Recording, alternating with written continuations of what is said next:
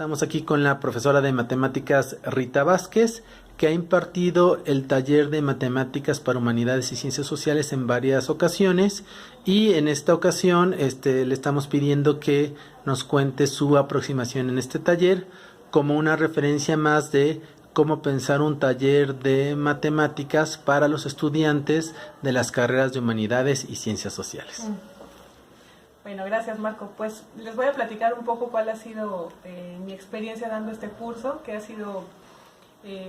ido también evolucionando, ¿no? Ya tengo muchos años impartiendo el taller de matemáticas, tanto el de ciencia y tecnología como el de ciencias sociales y humanidades, pero recientemente, en los últimos años, ha sido más el de ciencias sociales.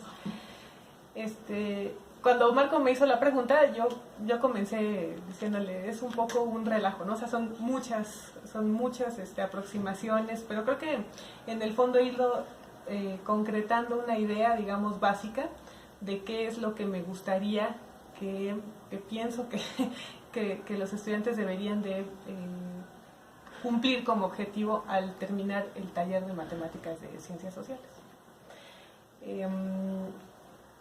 Y creo que el objetivo es que puedan ver que las matemáticas son una herramienta que les ayuda a resolver de manera precisa algunas preguntas, ¿sí?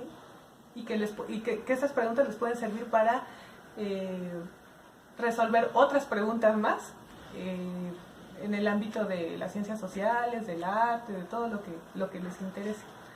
Bueno, es un poco difícil esto, pero ¿cómo lo concreto? Un poco lo que he estado haciendo últimamente es plantear como eje transversal del taller de matemáticas la realización de un artículo de investigación. Eso es lo que les planteamos, ¿no? Al final del taller lo que van a hacer es producir un artículo de investigación sobre un tema que les interese y que requiera, para poder ser mostrado, tratado, de datos numéricos. Entonces, con base en esta idea, digamos, principal, este eje transversal, vamos organizando el curso. Entonces, bueno, me he acomodado con trabajar utilizando varios tipos de recursos. Uno de ellos es una bitácora, que es una carpeta como esta, que cada estudiante elabora al final o sea, la va armando durante el semestre. Y bueno, esta carpeta tiene 3 secciones. Una es la sección de teoría, la otra es sección de ejercicios y la otra es de lecturas y proyectos. Esta distribución, digamos, de la bitácora es un poco como el crisol de todas las experiencias, ¿no?, que he tratado de incluir en el taller de matemáticas, que me parece van en 3 sentidos. Una debe ser cultura matemática, matemática, que esa la cristalizamos con las lecturas, ¿no? Y la otra cuestión es competencia matemática, que son los ejercicios y la teoría, ¿no? Entonces, bueno, utilizamos también, les decía, diferentes fuentes, por ejemplo, para las lecturas. A veces leemos artículos que han salido en el periódico de divulgación sobre el anumerismo, por ejemplo, o por qué las matemáticas ayudan a desmentir un dato de una encuesta que sale en el periódico. Nos gusta seguir un libro que se llama Matemáticas para estudiantes de humanidades. Es un libro más o menos de mediados del siglo pasado, no, de los 60 quizás, de Maurice Klein. Y bueno, este libro tiene una estructura que me parece que es adecuada para los estudiantes que se están introduciendo en el tema de matemáticas, ¿no?, como son los estudiantes de ciencias sociales, o sea, desde una perspectiva un poco más, universitaria, ¿no? Entonces, el libro tiene algunos temas que son los que tocamos, por ejemplo, cuál es la importancia de las matemáticas, el tratamiento de datos, ¿no?, desde la estadística.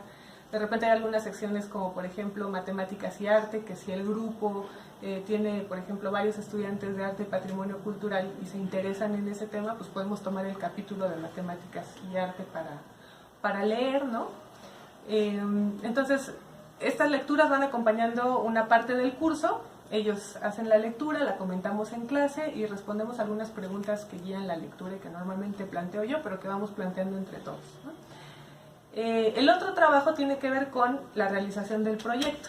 El proyecto es este artículo que les digo, que es como su producto final, y que, digamos, un principio en el que nos basamos es que debe de debe de contener datos numéricos. O sea, la pregunta que quieren resolver debe de responderse a partir de hacer un análisis de datos numéricos. Entonces, el tema ellos lo decidimos entre todos. La última vez lo que hicimos fue acordar resolver la siguiente pregunta, que es ¿cuánto le cuesta a un estudiante venir a la universidad? Fue una pregunta que ellos decidieron plantear, se discutieron varias posibilidades y al final quedó esta. Y entonces, con base en esa pregunta, vamos primero, por ejemplo, estudiando algunas cuestiones sobre cómo desarrollar una encuesta, ¿no? Vamos a armar una encuesta y con los datos de esa encuesta ellos van a elaborar su informe final o artículo, ¿no? Para dar respuesta a la pregunta. Entonces, por ejemplo, para poder trabajar con la encuesta empezamos a ver algo de tratamiento de la información, ¿no? Variables estadísticas, conceptos estadísticos básicos como moda, media, mediana, etcétera. Esto lo revisamos en la parte de teoría. Ellos hacen ejercicios calculando medias, etcétera, para conjuntos de datos sencillos, y luego eso lo tienen que utilizar para trabajar con los datos que hayan resultado de su encuesta, ¿no? Entonces comienzan planteando la pregunta, hacen un primer inicio de encuesta, la prueban, luego se hace ya masivo, ¿no? Y entonces cada estudiante tiene que aplicar la encuesta. Por ejemplo, la última vez fue a 40 personas, ¿no? Dependiendo pues de lo que quieran investigar. Entonces tenían que hacer la división de categorías, a quiénes le iban a preguntar, cómo iban a organizar las respuestas, ¿no? Los tipos de respuestas, las variables que iban a entrar ahí para hacer medidas. Y bueno, el curso entonces, la parte teórica va siempre como teniendo una interrelación con el desarrollo del proyecto. Entonces, para la parte de hacer la encuesta, por ejemplo, utilizamos las nociones de conjuntos y de diagrama de Venn.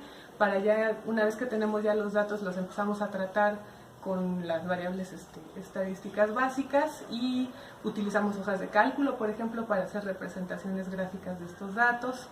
Ellos vacían todo en una hoja de cálculo común, de modo que todos tienen acceso a los datos vaciados, y cada uno va utilizando la información que quiera para presentar su informe.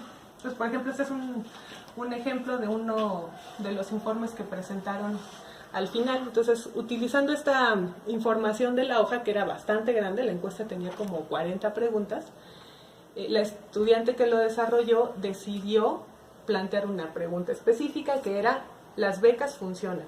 Entonces, con los datos que obtuvieron de la encuesta, tomó algunos, hace una introducción, un desarrollo, presenta las tablas con porcentajes y gráficas que hizo en Excel.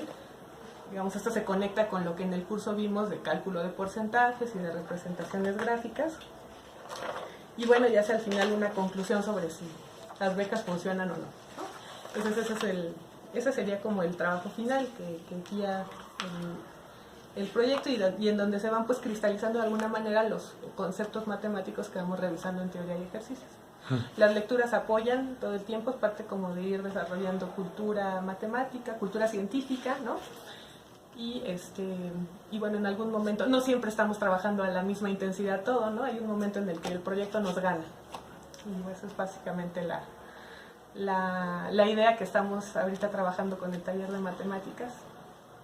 A ver qué pasa en los siguientes años. Muchas gracias. Si tienen alguna pregunta o comentario, pues le pedimos que se pueden comunicar ya sea a mi correo o al correo de la profesora Rita Vázquez, y te agradecemos mucho el proyecto. Hasta luego. Gracias.